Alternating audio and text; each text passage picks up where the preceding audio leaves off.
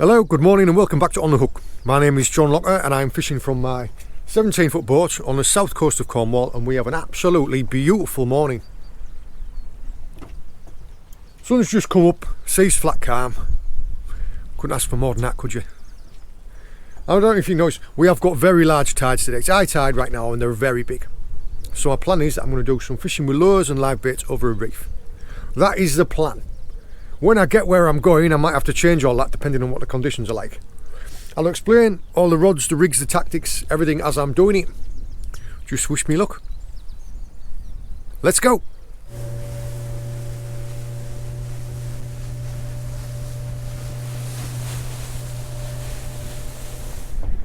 Well, I have got to the rough area that I wanted to get to. We do have a little bit more easterly wind than I thought, so we have got a little bit of chop. It means that we are going to be getting a little bit of sideways motion. My first thing to do, my first order of business really, is to try and find out what the bait fish are doing, what the bait fish are like. So I've got some little sabiki feathers here. These are just very small mackerel feathers, like size 12 or size 14. See if I can't catch some little sand eels, some pilchards. I'm trying to find out what the fish round here are feeding on. And from there, that will help me decide. Oh, there's a fish. That will help me decide what I'm going to use for bait. Now, not only will it hopefully catch me a live bait to use on a float, but when I get this up, I'll explain. Oh, well, that was not what I was expecting. I wasn't expecting a little red, little red gurnard. Cheeky little red. Now these guys are absolutely beautiful. They are covered in spikes. I mean, they are very good at defending themselves because they've got a rock hard head and their backs and their gills are all covered in spines. Yeah, this isn't what I wanted. Nice to see, but it's not what I was after. Oh, ow, ow, ow, ow, ow, ow. Stop it.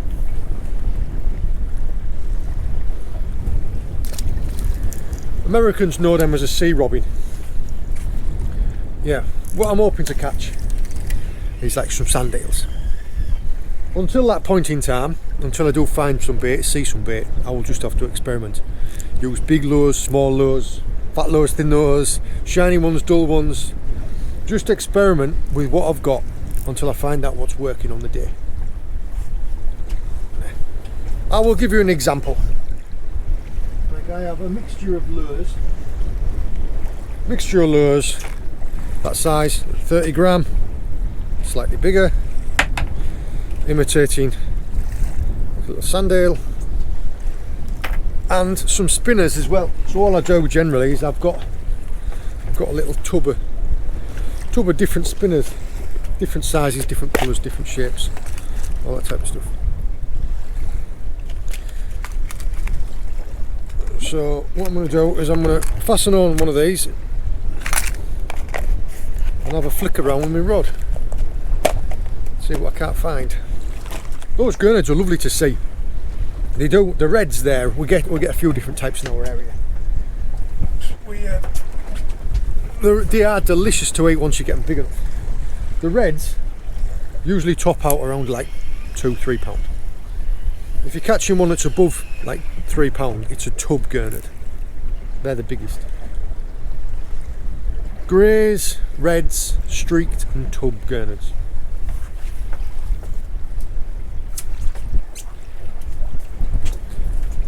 That's what I'm talking about.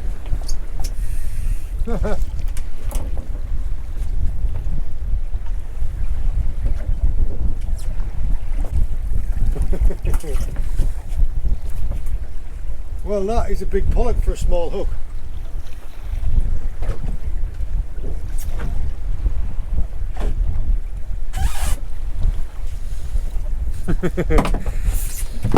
Well, that shows me that the big fish are feeding on the small fish. Considering that the hooks that I caught this on are like the teeny tiny size 12s, and it's got a pollock that's about £4. Yeah. The bait fish down there is very small. That's a lovely one to start with.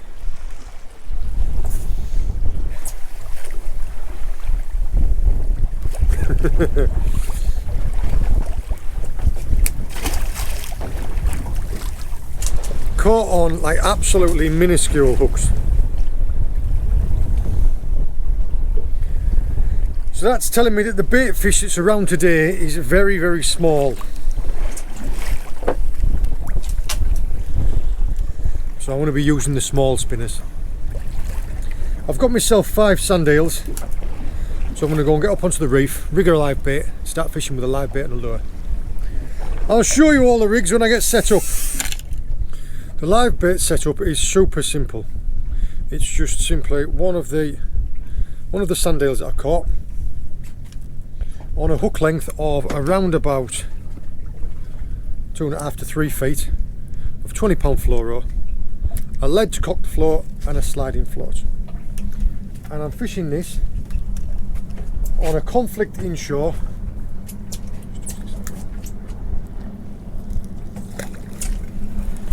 I'm fishing it on a conflict inshore and I've got a Penn fierce.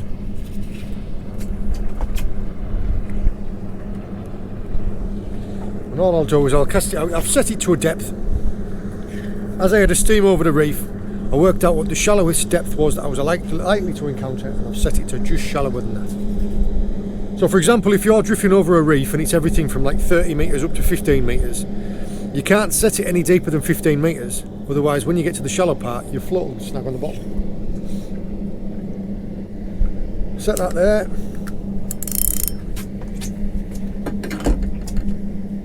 And that can just fish away. I'll let that drift a little bit further away from the boat. I'll keep that maybe 20-30 yards from the boat. I'll let it fish away, and what you're looking for is one of two things. You're either looking for a positive bite, being that the float goes right under the water, in which case you will see the rod arch over, and likely you'll hear as it pulls drag. Or you can get a negative bite, like a drop back bite, being this, when the float sits up in the water, if a fish picks up the bait and the weight and swims up, it cocks the float, so the float lays flat. So you're looking for two things. While that is going on, I am going to have a little bit of a fish around with a little spinner.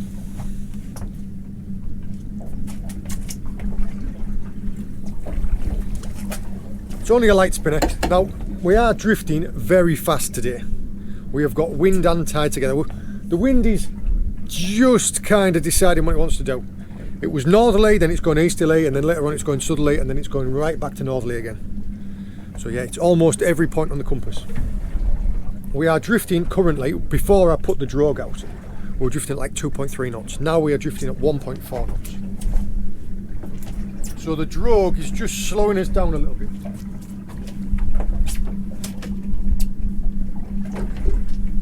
This is going to be...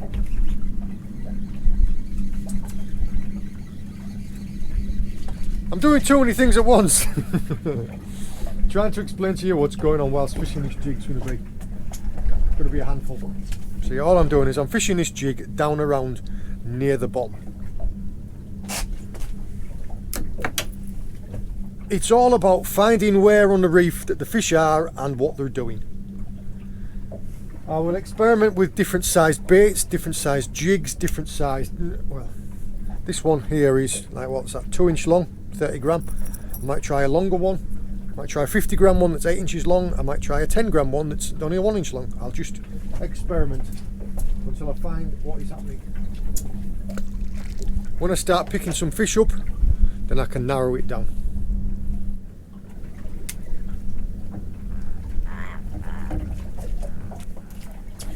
If you can hear a croaking sound, it's a little seabird called a razorbill.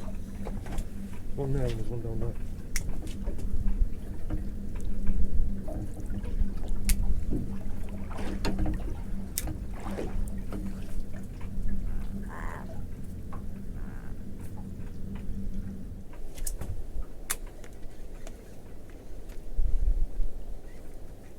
Oh, that's a fish.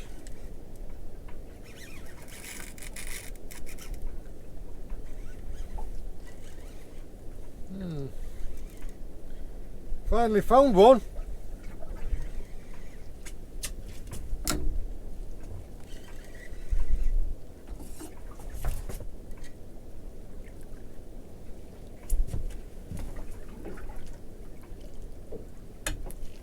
There we go. There's a nice little pollock. Nailed him on the tandem hook of the jig. Just see there, look, right in the corner of his mouth. Give her a good hook hold and they really do hang on.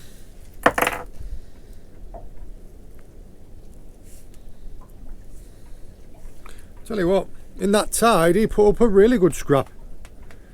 I thought to myself when he was diving like 2 or 3 times, I thought, oh, this might be a 5-pound fish, but no.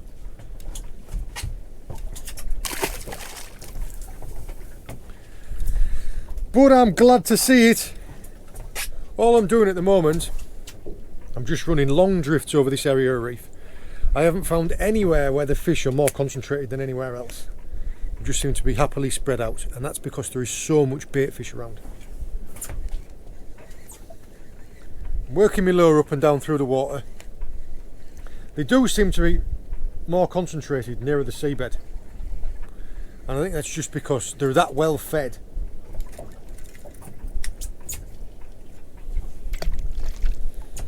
They're all that full of food that they don't want to be up and around and swimming about. They're all happy just sat on seabed. So I'm working my lure within like the bottom 6 feet of the water column.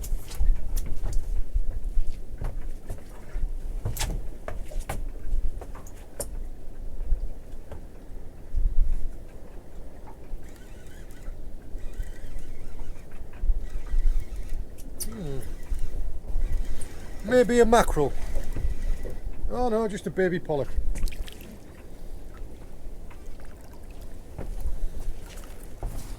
Yeah, that one took it on the drop.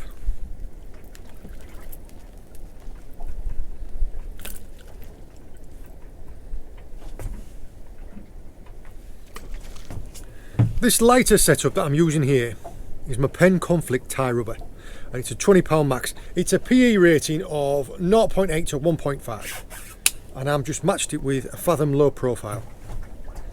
Now I have £20 braid on here, a £25 leader, and I'm using at the moment it's a 30-gram jig, but 30-gram jig. Yeah, this is my light setup. My other setup, my slightly heavier setup, which I might switch to in a minute if we go and try the deeper side of the reef, is a Penn Conflict inshore, and it's a 50-gram, and it's a Slammer 4.5,000. Because I'm only whipping about in shallower water with smaller jigs here, I can get away with my really light setup. Because we're in a spot that's really snaggy and we're drifting quite fast, I can't spend a lot of time tight on the bottom, just because that's where I'm going to get snagged. I'm going to get snagged, I'm going to lose my lure. So as soon as I touch the bottom, I'm bringing it off a couple of feet, and then I'm bouncing around down there.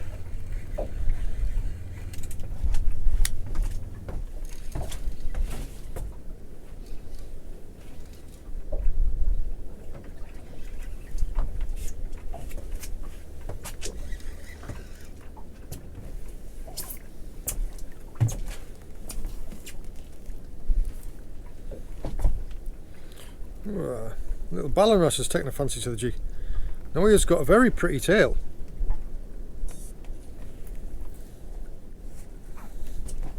There we go.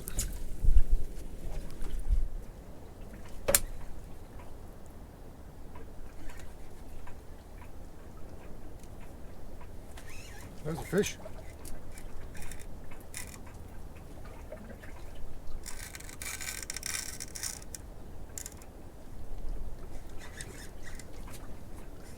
Feels like quite a nice one as well.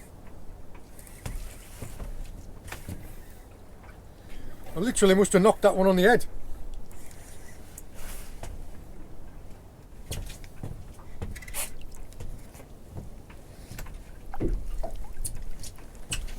Yeah, what's happened there?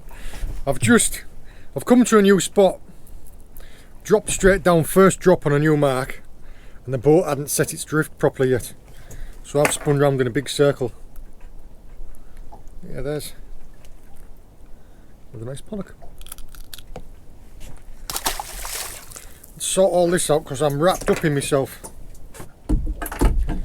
Wasn't supposed to happen quite like that, but it worked. Just can't help but marvel at what an amazing day we have here. Look at that.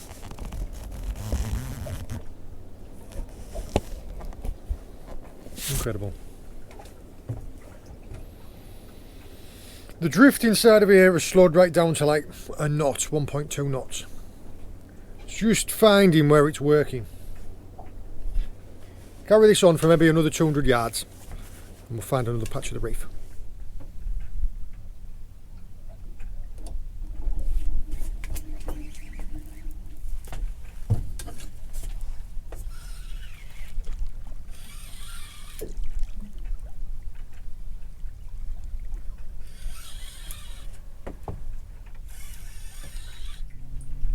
Come on, turn around.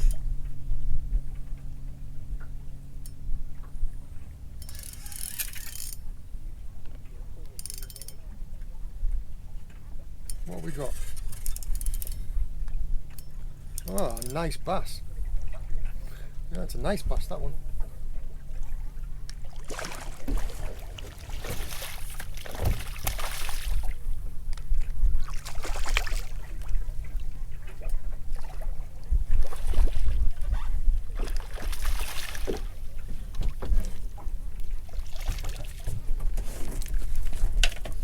Yeah, that is a very nice fish. All I saw there was I saw the float kind of pulling in a different direction. That's what we've got from it. That is a stunner of a bass. You see the hook there?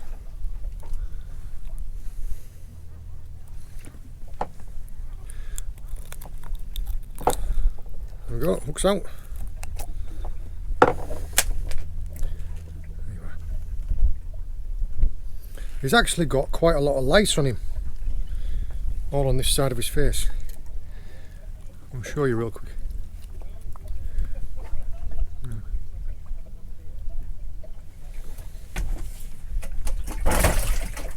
Drop him back in that live bait tank there.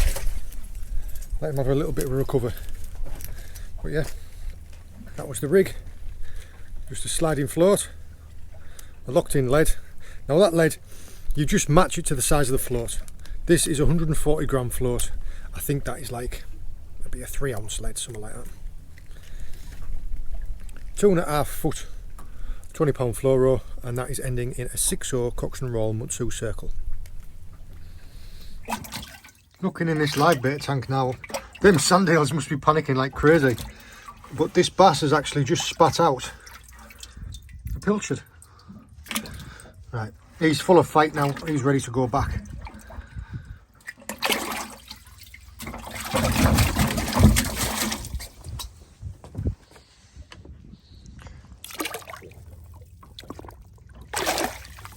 Right, away you go.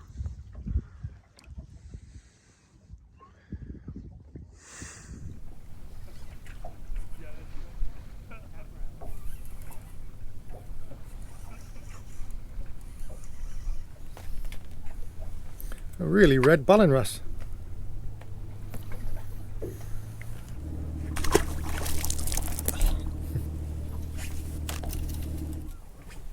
We've had the main push of the tide. Tide's starting to slow down, so what I'm going to do is I'm going to go to a different area of the reef. I'm going to fish that now. The area of the reef which was too fast, which was too strong before. Now that the tide is starting to drop away, we should be able to fish it quite comfortably. Slightly deeper, so I've gone back to the heavier setup. Some heavier setup is just a 50 gram conflict on a slammer 4,500. That little tie rubber conflict is just too light. I mean, this jig that I've got on at the moment is 40 grams. Well, it's not, it's soft plastic though.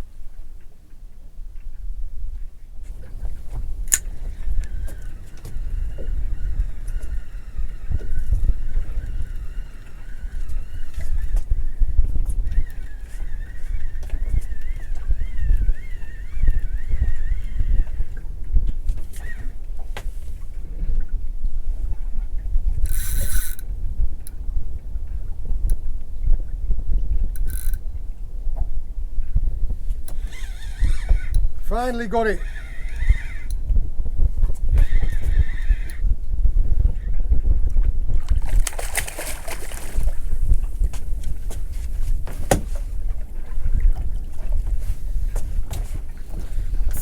Now, I don't know what it looks like in nature, but pollock just cannot resist a rhubarb and custard. In fact, I think this is called somewhat like mango sunrise or something like that. But yeah, when they talk about finding what in nature looks like that, but the pollock, they do like them.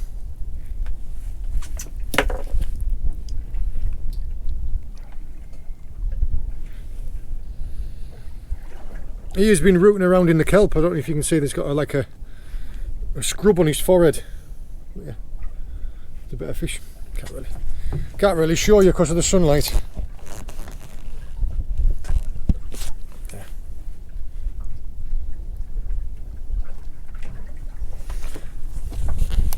Let's drop him back.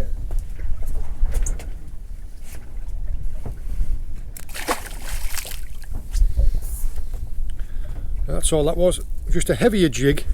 Well, a heavier soft plastic actually, but it's got a heavier head, a rattling tail, and I fished it on my heavier setup.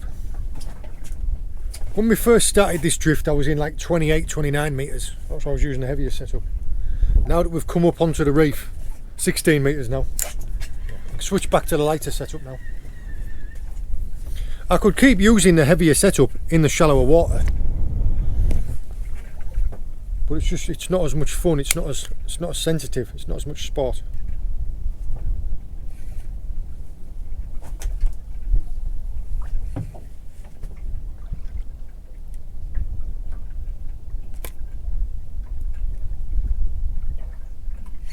Got you.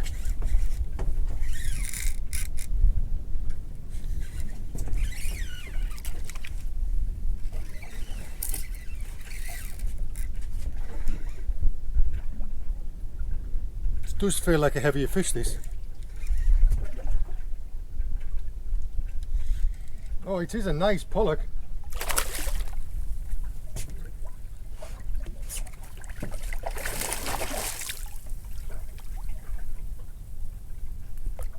Oh, that needs the net.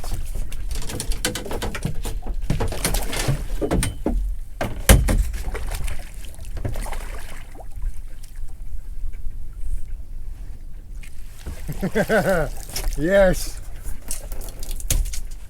When I show you where this hook's holding, as soon as I saw it, I was like, nah, I'm not lifting that.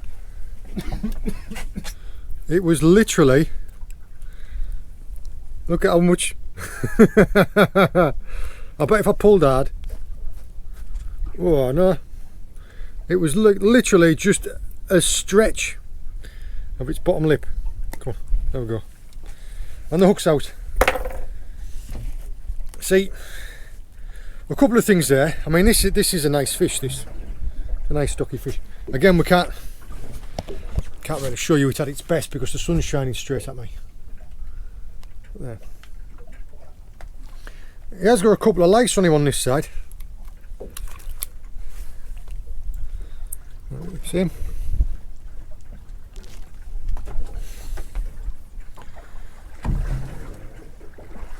Tell you what, I'm going to take this one home.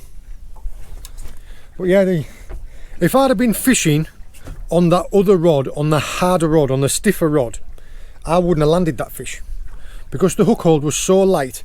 It needed all the sensitivity of this lighter rod. I mean, I don't know if you saw the rod through the fight, but the entire fight was completely hooped over. But it's because it's got that bend.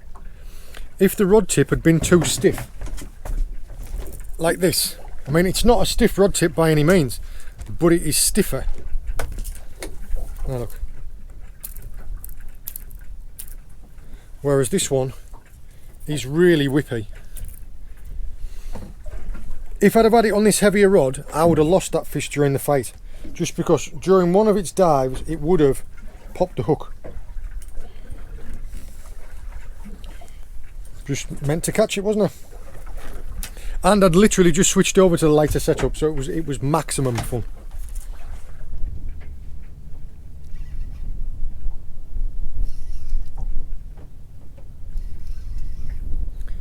There you go. Another scrappy little pollock.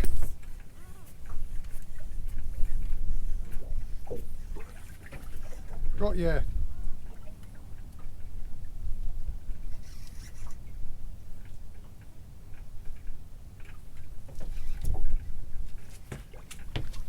Something slightly different.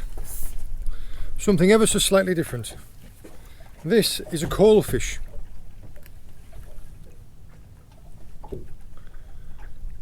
Looks a bit like a pollock, but it's not a pollock, it's a coalie. When they're about this size, in my local, from where I'm from, we used to call them a billet. This is a coal fish. You can tell the difference between that and a pollock because a coal fish has a darker green and also has a straight lateral line. There you go. I wasn't messing about with that, it was just going to get the hooks in my hands again.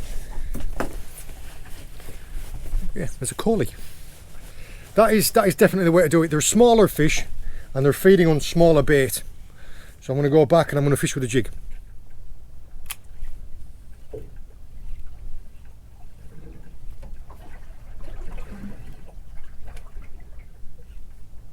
Got ya.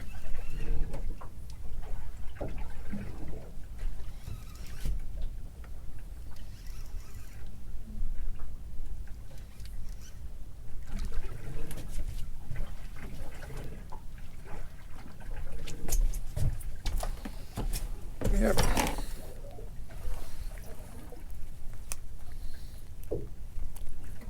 Another cracking stamp of fish. All of these fish today have been really hard fighting, so they're really good condition fish.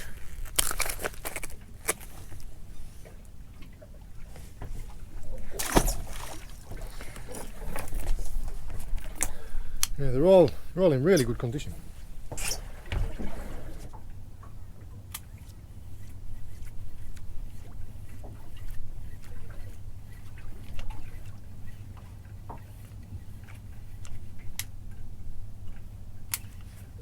Got ya.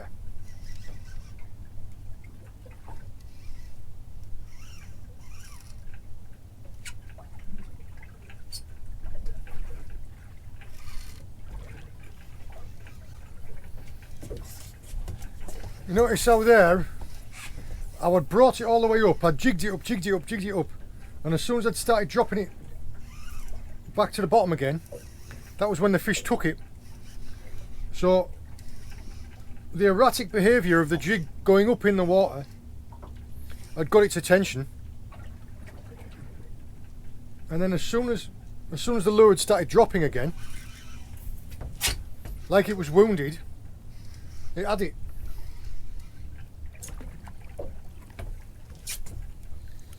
So another really light lip hook. There we go. Yeah, that was a very light lip hook. But that perfectly illustrates how having that whippy rod, that light rod like that, if that had been a stiff rod, that wouldn't have landed that fish. I mean, if I'd have netted it, if I'd have wanted it, I could have netted it out and kept it. As it was smaller than the one I've already got.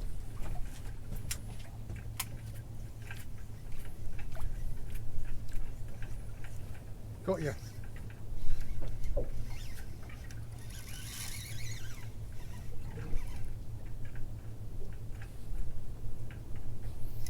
Now this feels like a better one.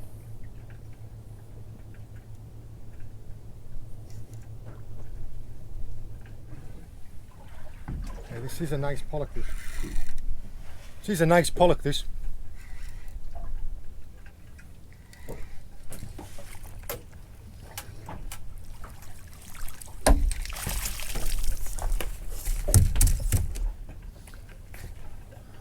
But yeah, there you go. Cracking spot. And when you're fishing light like this and you have to play them out and they come up to the surface gradually, every single one of them goes back. Well, I don't mind ending there. That was a great fight from a great fish. I've got myself a fish for my dinner and it's still only 12. I hope you enjoyed joining me. I hope you found it interesting. All the very best. See you later.